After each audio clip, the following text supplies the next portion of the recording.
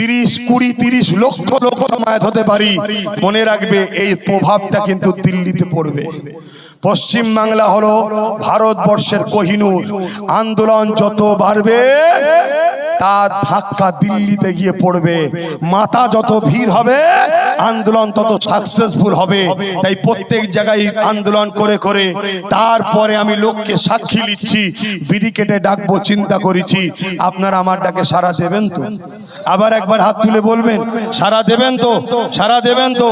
বর্তমান যা বাংলায় ঘুরেছি, যা হাত তুলেছে, আমার মনে হয় যদি সত্যি সবাই যায় ও ব্যারিকেড আরো দুটো লাগবে, একটাতে হবে না ইনশাল্লাহ।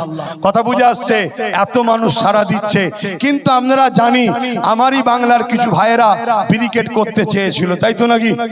কিন্তু শুনলাম তিনারা নাকি ব্যারিকেড করতে পারেনি, কি জটিলতা ছিল। তা যাই হোক, পরবর্তীতে